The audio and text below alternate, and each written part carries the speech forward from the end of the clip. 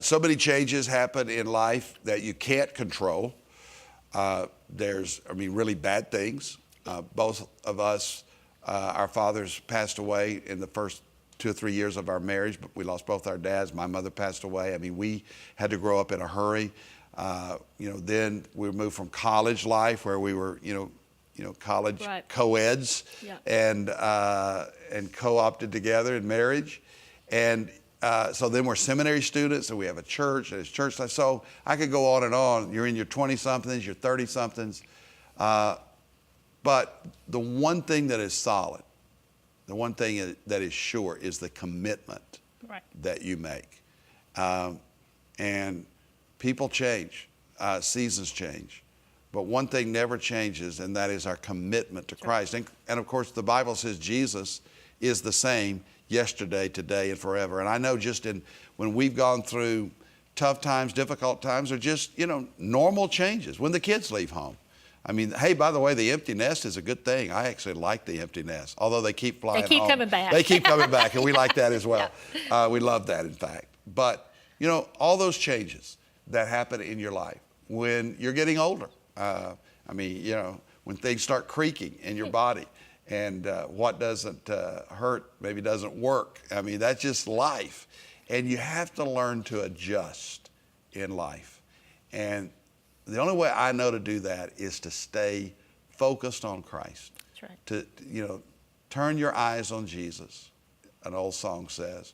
Look full in his wonderful face, and the things of earth will grow strangely dim in the light of his glory and grace. So if a couple will keep their eyes on Jesus and keep following him, then regardless of the changes in life, you can stay together stronger and better.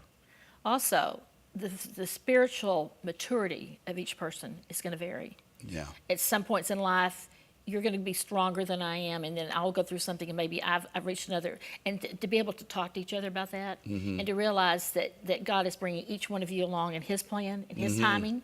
And so that when you mature in something, I may not be that mature, but maybe in another area, sensitivity or something like that God is touching my heart in different ways. You have to listen to each other, and you have to realize that God is truly maturing each one of you, but maybe not at the same speed. Yeah, and I like what you said there, because as a pastor, I see a lot of men in particular who don't keep up with their wives spiritually. Yeah. Their wives are more spiritually sensitive. They're into the Word. They're in Bible study. They're prayer warriors. And a lot of times husbands, men, we're out there doing our jobs, making a living, and we think, well, I'll let my wife handle the spiritual side, and she's growing in her faith, and you're not as a husband. Right. And so that's a problem. And so I would just say one of the most important things that a man, a husband, a dad, a grandfather can do is to make sure you're running your own race, and by that I mean that you're walking with the Lord, that you're trekking, and that you're growing in your faith.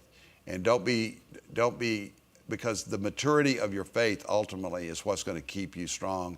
And when it's just you and your wife at the end of your life and your marriage, all those years later, that you have someone and something to hang on to, and that's your love for each other because of the love of Christ. And it's also important in your family. Your children are watching you, and they're going to emulate you. And if they see the father not lead spiritually, then they're going to say, oh, it's okay, especially the boys. So you've got to work together, realize you're a team as a family, and that you've got to move forward together and teach them the lessons that you are learning. God is only teaching me what he wants me to share with you and to teach them. Yep. So it's very important. So maturity is a good thing. Yeah, it is. We're good.